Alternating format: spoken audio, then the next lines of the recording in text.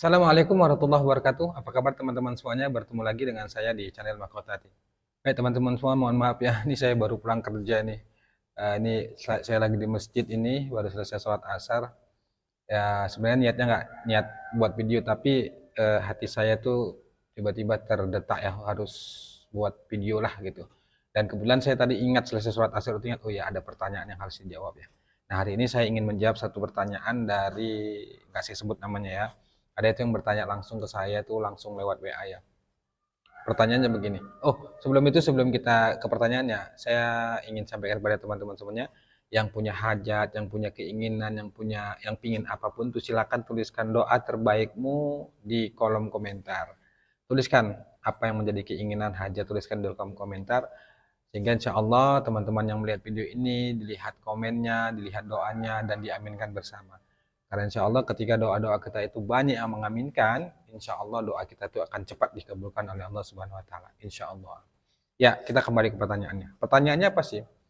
Pertanyaannya adalah, Pak, kenapa sih hidupku tuh makin susah, rezekiku tuh makin sulit, hutangku tuh nggak lunas-lunas, padahal semua ibadah sudah saya lakukan, sholawat sudah, berzikir sudah, istighfar sudah, tahajud sudah, sholat duha sudah, apalagi sholat hajat sudah, sholat 5 waktu qobliyah ba'diyah sudah, nggak ada yang tinggal.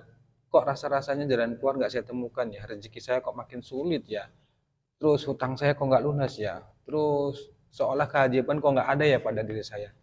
Apa sih Pak sebenarnya nih, kenapa begini, apa dosa saya banyak sekali sih sehingga Allah nggak mengampuni, kemudian apa saya salah mengamalkannya, apa bacaan yang saya lakukan ini salah. Pokoknya pertanyaannya banyak lah, tapi intinya begitu. Sudah beristighfar, sudah melaksanakan ibadah, sudah sholawat, tapi hidup makin susah dan rezeki nggak lancar, apalagi hutang nggak lunas-lunas. Oke baik, kali ini saya akan jawab.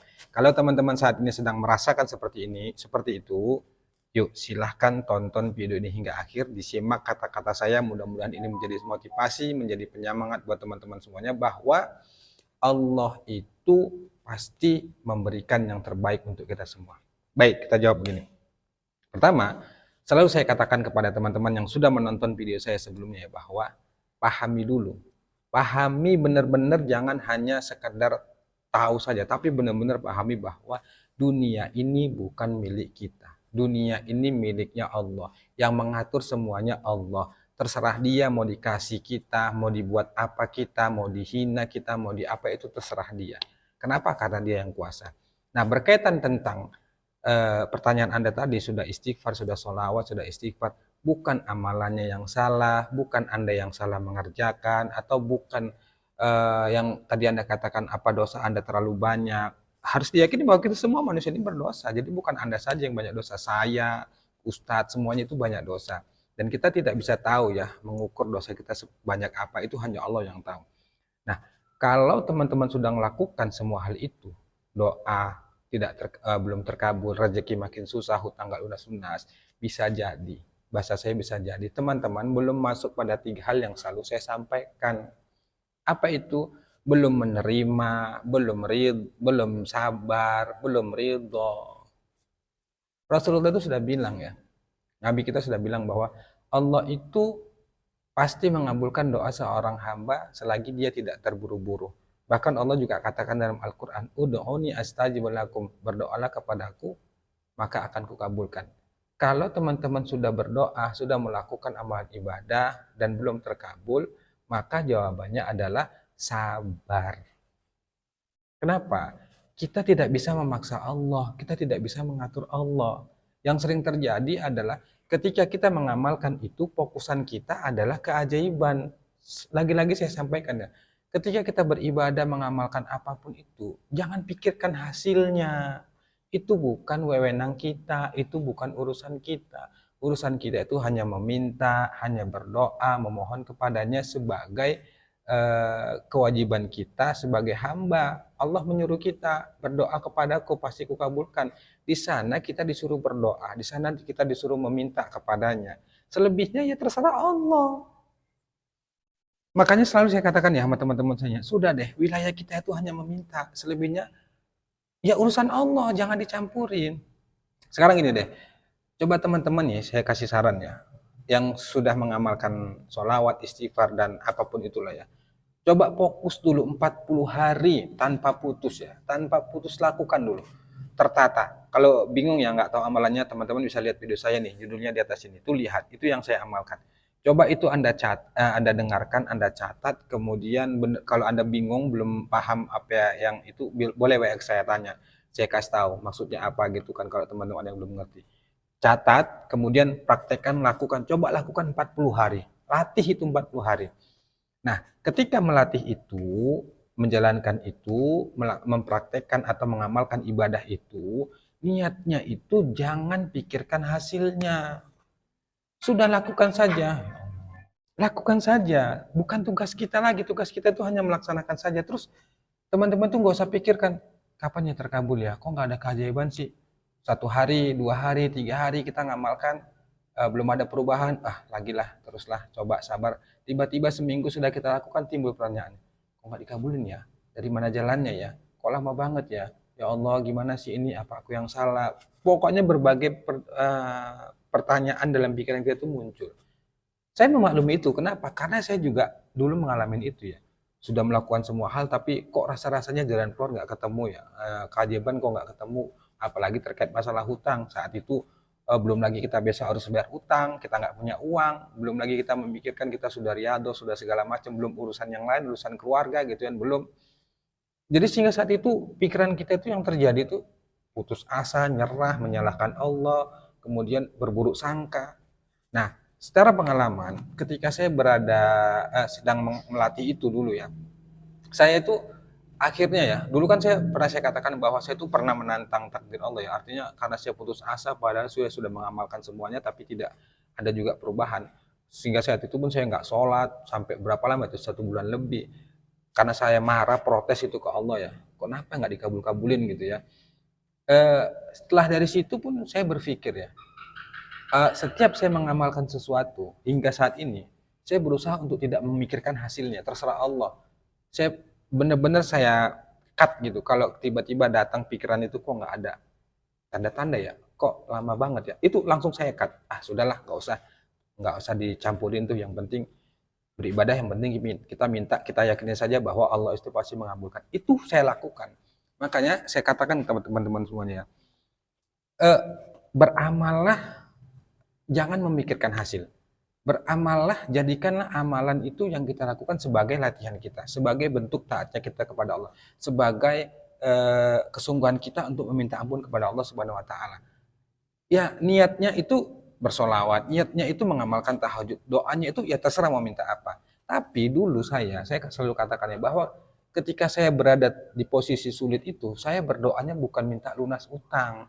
Saya berdoanya itu minta ampunan. Ya Allah, ampuni ya Allah, ya Allah, ampuni ya Allah, ya Allah. Dosaku banyak, ya Allah bimbing, ya Allah. Pokoknya itu yang saya lakukan. Makanya Anda tonton coba video saya ini, judulnya yang seperti di ini ya. Judulnya nih, lihat di channel saya. Itu sholat tahajud itu saya tata benar. Saya sholat tahajud itu 8 rakaat, 3 rakaat witir. Nggak langsung saya kerjakan 8 rakaat. Itu sholat tahajud kan 2 rakaat, 2 rakaat ya.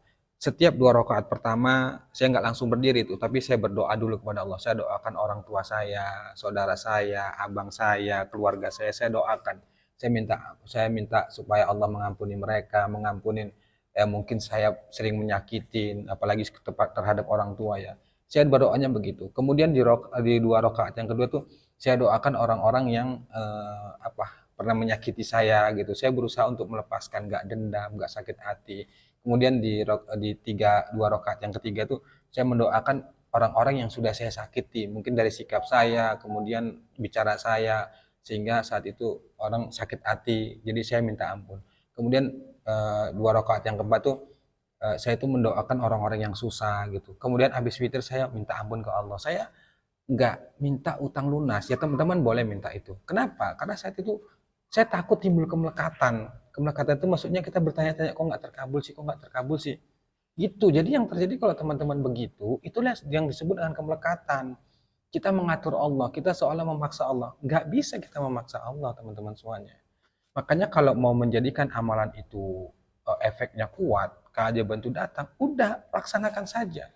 Riyadhah benar-benar latih 40 hari. 40 hari belum ada keajaiban, terus lakukan. Jangan putus asa, istiqomahin. Insya Allah semua ibadah yang kita lakukan gak ada yang sia-sia. Semuanya pasti dibalas oleh Allah Subhanahu Wa Taala. Gak ada yang sia-sia teman-teman semuanya. Yang sia-sia itu kalau kita nggak mengamalkan. Sekali lagi, semua amalan yang kita kerjakan gak ada yang sia-sia. Yang sia-sia itu kalau kita nggak mengamalkan. Menurut saya. Nah, sekarang bagi teman-teman yang pingin hutangnya cepat lunas lewat Riyadhah, lewat jalur langit, saran saya lakukanlah Riyadhah. Riyadhah selama 40 hari. Coba amalannya kalau Anda nyamannya gimana? Mungkin sholawat, istighfar, atau mungkin Anda pernah lihat-lihat di YouTube atau dari guru-guru yang lainnya. Kerjakan itu terus. Kalau mau ikut cara saya itu tadi saya katakan lihat video saya itu yang saya lakukan dan dulu sampai sekarang itu yang saya kerjakan. Kemudian yang paling penting, masuklah kepada 3 hal ini. Terima kondisinya, kita sekarang susah, kemudian kita sekarang lagi sulit, kita sekarang lagi berada di titik nol. Itu terima dulu. Bagaimana cara menerima supaya kita menerima? Bilang ke Allah, ya Allah nggak apa-apa. Kalimat saya bagi ke teman-teman saya. Dulu yang saya lakukan, saya bisa menerima itu saya menggunakan 3 kalimat. Kalimat pertama, enggak apa-apa ya Allah. Kalimat yang kedua, terima kasih ya Allah. Kalimat yang ketiga, tidak ada Tuhan selain Engkau ya Allah. Nah, jadi saat teman-teman itu belajar menerima, bilang ke Allah, ya Allah, enggak apa-apa. Hari ini hamba masih sulit. Ya Allah, enggak apa-apa. Hari ini hamba tidak kau berikan solusi. Ya Allah, enggak apa-apa. Hari ini hamba dihina. Ya Allah, enggak apa-apa. Hari ini hamba sedang diancam. Ya Allah, pokoknya semua yang terjadi pada diri Anda bilang enggak apa-apa ya Allah, enggak apa-apa ya Allah. Hamba ikhlas ya Allah, hamba terima ya Allah, hamba terima ya Allah. Walaupun hati dan pikiran kita itu menentang, ada perlawanan, tapi terus saja katakan itu. Itu yang saya lakukan, hingga pada akhirnya pun hati dan pikiran saya luluh sendiri. Saat pikiran saya tuh berkecamuk itu maksudnya bingung, stres karena nggak punya duit harus bisa bayar utang. Akhirnya yang terjadi dalam hati dan pikiran saya itu cuma bilang gini, ya sudahlah ya Allah, terserah Engkau lah mau diapain, aku nggak bisa apa-apa, hanya Engkau segalanya ya Allah. Udah akhirnya begitu dan itu termasuk menjadi kekuatan. Nah, teman-teman yang tanya gimana cara menerima ketetapan Allah atau bagaimana caranya kita supaya menerima keadaan kita itu, ya gitu caranya. Kalau saya caranya gitu, ucapkan nggak apa-apa ya Allah, aku begini nggak apa-apa ya Allah. Nah, kalau kita tuh sedang banyak utang kan kadang-kadang kita sering menyalahkan orang gitu ya. Gara-gara istri, gara-gara teman, gara-gara tetangga, gara-gara si anu, gara-gara si ini segala macam. Akhirnya kita yang susah. Nah, mulai hari ini jangan salahkan siapa-siapa. Salahkan saja diri kita sendiri. Bilang gitu ke Allah. Gak apa-apa ya Allah, aku begini. Gak apa-apa ya Allah, aku begini. Aku terima semuanya ya Allah. Yang penting Engkau mengampuniku. Gak apa-apa ya Allah, gak apa-apa ya Allah. Kemudian, terima kasih ya Allah, Engkau hari ini saya sudah dihina. Terima kasih ya Allah, hari ini saya sudah dimaki. Terima kasih ya Allah, saya sudah dicaci dan segala macamnya. Jangan ikuti pikiran-pikiran yang gak bener. Kan kalau sudah berada di posisi itu kan kita malas kan. Saya yakin pasti malas sholat, malas segala macamnya. Karena kita putus asa, karena kita stres. Apalagi baru dimaki-maki, ya kan. Nah harusnya ketika Anda sudah dimaki-maki, dihina, sudah bilang saja ke Allah, terima kasih ya Allah, sudah dimaki, terima kasih ya Allah, sudah dihina. Nah, dengan cara begitu, insya Allah nanti teman-teman semua akan kuat, akan terbiasa, mau dihina gimana pun, insya Allah kita sudah biasa saja. Kemudian selalu katakan, ya Allah tidak ada Tuhan selain Engkau yang bisa menolong aku. Tidak ada Tuhan selain Engkau ya Allah yang bisa membuat aku ridho. Tidak ada Tuhan selain Engkau ya Allah yang bisa menyelesaikan semua utangku. Tidak ada Tuhan selain Engkau ya Allah, bla bla bla. Terus yang penting tidak ada Tuhan selain Engkau ya Allah, titik-titik dan seterusnya. Terserah teman-teman mau berdoanya apa. Makanya ingat 3 kalimat itu. Kalau saya ya bagaimana cara menerima, kemudian bagaimana kita supaya ikhlas, ridho, itu saya pakai kalimatnya. Gak apa-apa ya Allah, kemudian terima kasih ya Allah, kemudian tidak ada Tuhan selain Engkau ya Allah. Itu caranya. Coba deh praktekkan. Nanti teman-teman secara nggak sadar, secara otomatis itu hati dan pikiran tuh bilang begini, ya sudah ya Allah, terserah Engkau. Jangan diikuti pikiran yang aneh-aneh gitu ya. Bahkan tuh ada kemarin yang WA ke saya tuh ngasih nomor WA-nya tuh atau ada orang yang butuh ginjal, saya siap mendonorkan. Itu nggak solusi. Ngapain saya katakan ke teman-teman, berapapun jumlahnya, insya Allah selesai, insya Allah lunas. Insya Allah teman-teman, cuma sabar. Sabar, lagi-lagi saya katakan terima, kemudian sabar, lakukan terus ikhtiar langit itu, kerjakan terus, rutinkan, gak usah pikirkan hasilnya, sabar menunggu pertolongan Allah. Kan Allah sudah bilang wasta'inu bis sabri was shalah, minta tolonglah kepada Allah dengan sabar dan sholat. Makanya di sana sebelum Pertolongan Allah itu datang, sabar dulu, terima dulu, baru pertolongan Allah dengan apa kita minta? Sholat, berzikir, bersolawat. Itu teman-teman semuanya, kan selalu saya sampaikan ya. Kemudian yang terakhir, ridholah dengan ketetapan apapun yang terjadi pada diri kita. Sudah berdoa, sudah ikhtiar, sudah solawat, sudah segala macamnya. Terus yang terjadi hidup kita masih susah, masih masih nggak temukan jalan solusi, terima itu, ridho saja. Alhamdulillah ya Allah. Ya, mulai hari itu coba latih jangan mengeluh ya. Artinya semua kepahitan, kepedihan yang kita alami coba rubah menjadi kata syukur, kata terima kasih. Kan kita dihina, kita dicaci, tapi kan kita masih alhamdulillah masih bisa kita mengucapkan syukur ya. Masih diberi kesehatan oleh Allah, masih bisa makan, masih bisa melihat, masih bisa bersama anak gitu kan. Kalau kita terus-terusan selalu memandang kesulitan pada diri kita akhirnya mentransfer yang negatif. Jangan. Harusnya kalau sudah kita sulit itu paksa deh diri itu, alhamdulillah ya Allah, alhamdulillah ya Allah. Fokusannya itu jangan masalah, fokusannya itu jangan gimana ya, makanya selalu katakan adalah jangan fokus solusi, fokus saja ampunan Allah. Riadohnya latihan, terus kerjakan, pakai itu tasbih digital, sallallahu alaihi Muhammad, sallallahu alaihi Muhammad, sallallahu alaihi Muhammad. Siang itu terus latih, sallallahu alaihi Muhammad, pakai tasbih digital, kemudian malam hajar lagi dengan tahajud, dengan sholat hajat, dengan sholat taubat, bangun malam tahajud, baca Quran, kerjakan hal-hal yang disukai Allah, ibadah-ibadah itu yang bisa membantu menyelesaikan masalah kita, kerjakan itu. Urusan kita siang diapain itu terserah saja, biarkan saja tuh, ikutin saja alurnya. Kan pernah saya bilang ya sama teman-teman semua bahwa walaupun kita susah, walaupun kita dihina, kita dikucilkan, kalau hati dan pikiran kita itu benar-benar ada Allah, selalu kita bilang ya Allah, ya Allah, ya Allah, insya Allah ada kekuatan yang membuat teman-teman itu putus asa, nyerah, bingung, stres karena terlalu memikirkan masalah. Sudah, lepaskan saja. Dihina misalnya entah ngomong apa gitu yang pernah, udah jangan masukkan ke dalam hati, lepaskan saja, ikhlaskan saja. Ya sudahlah ya Allah, hari ini dihina mau diapain lagi? Terus kalau nggak begitu mau ngapain? Ente mau lari, mau bunuh diri, ya coba aja tuh sana. Mau berusaha mengandalkan apa pikiran, mengandalkan akal, mengandalkan kemampuan, mau mengandalkan sahabat, coba aja tuh. Pasti jalan-jalan itu pasti ditutup. Kenapa ditutup? Karena Allah sengaja menutup itu supaya kita itu mintanya kepada Allah, bukan kepada yang lainnya. Maka pertanyaan jawabannya, kalau teman-teman sudah sholawat, sudah istighfar, sudah melakukan ibadah, tapi hidup makin susah, terus makin rezeki nggak lancar.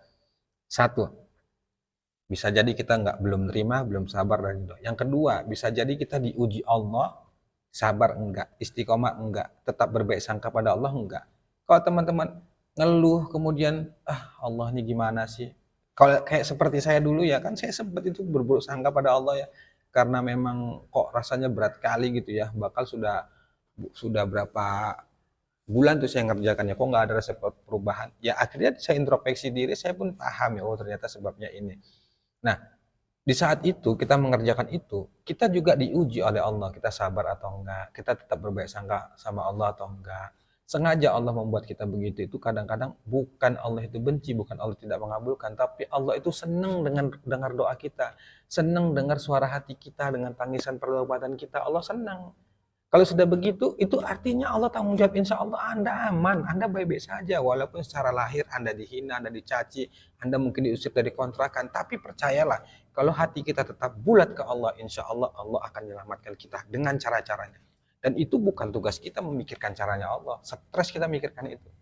Tugas kita ya sudah jalanin, ikuti alurnya, insya Allah. Skenario Allah itu pasti indah, pasti baik. Maka dari sekarang teman-teman semuanya, pacu diri, semangati diri, walaupun kita sedang dihina, ya sudah ya Allah nggak apa-apa, cepat-cepat balikkan ke Allah, jangan diikutin. Teman-teman kok sudah masuk kepada 3 hal ini ya, terima, sabar, dan insya Allah setelah itu, percaya sama saya, keajaiban itu pasti akan Anda temukan itu. Tapi kalau Anda belum masuk pada ranah ini tuh, ya, ini pengalaman saya, belum masuk pada ranah itu, ya Anda tetap bertanya-tanya, kok nggak dikabulin sih, kok lama kasih, kenapa sih ini sebabnya, pasti bertanya. Kalau berpikirnya seperti itu ya gimana mau keajaiban datang, gimana mau, ya tapi itulah teman-teman saya mengerti ya gimana rasanya gitu, ya takut, stres, bingung, Tapi mau gimana lagi, nggak ada cara lain teman-teman. Nggak ada itu cara tercepat melunasin utang. Cara instan tuh nggak ada. Apalagi sempet tuh ya ada yang WA ke saya, pakai uang goib segala lah. Saya nggak ngerti-ngerti sih ada uang goib atau enggak, itu saya nggak ngerti ya. Tapi yang setahu saya itu nggak ada, semuanya itu butuh proses, butuh tahapan, butuh apa ya, perjalanan juga. Dan kan saya ingat nih benar teman-temannya, ingat kata-kata saya bahwa kalau teman-teman sudah mentok berusaha sana sini nggak ada, itu artinya Allah sudah tanggung jawab. Itu artinya Allah akan menyelesaikan hutangmu. Cuman sabar dulu, terima dulu, yakini dulu. Insya Allah teman-teman tuh akan selamat. Insya Allah teman-teman tuh akan ditolong Allah dengan cara-caranya. Hadapin saja. Bismillah, Allah bersama kita. Itu loh teman-teman semuanya. Ini mohon maaf ya, agak-agak ngotot sedikit ya. Karena saya tuh kalau ketemu teman-teman ya, misalnya kalau berhadapan gitu, saya tuh gini loh gitu, jangan jangan takut gitu, kita punya Allah gitu. Tapi oke lah, saya ngerti ya, karena saya juga dulu begitu ya, mungkin saya bicara gini karena sudah lewati duluan ya. Ya tetap semangat gitu teman-temannya, yakin lah insya Allah Allah pasti menolong, insya Allah. Walaupun anda ya dengan segala kesulitan apapun ya, anda terpuruk, anda dihina, percayalah, kuatkan terus hati kita ke Allah, sandarkan terus hati kita ke Allah, insya Allah kita akan diselamatkan, insya Allah kita akan ditolong. Percaya itu teman-teman. Dan janganlah lagi berpikir tuh yang macam-macam, maksudnya ingin melarikan diri, kemudian ingin bunuh diri, janganlah. Insya Allah sudah, hadapinnya sepahit apapun tuh nikmatin saja. Insya Allah teman-teman semuanya, kalau kita benar-benar datang ke Allah, niat benar-benar memohon kepada Allah, pasti Allah memberikan pertolongan. Cuma syaratnya satu, sabar. Oke, baik teman-teman, itu aja yang dapat saya sampaikan. Mudah-mudahan ini jadi penyemangat, jadi motivasi supaya teman-teman lagi nggak murung, nggak putus asa, semangat. Oke, itu aja teman-teman semuanya. Mohon maaf kalau ada kata-kata yang salah ya, mohon maaf. Mudah-mudahan jadi motivasi. Demikian, wassalamualaikum warahmatullahi wabarakatuh.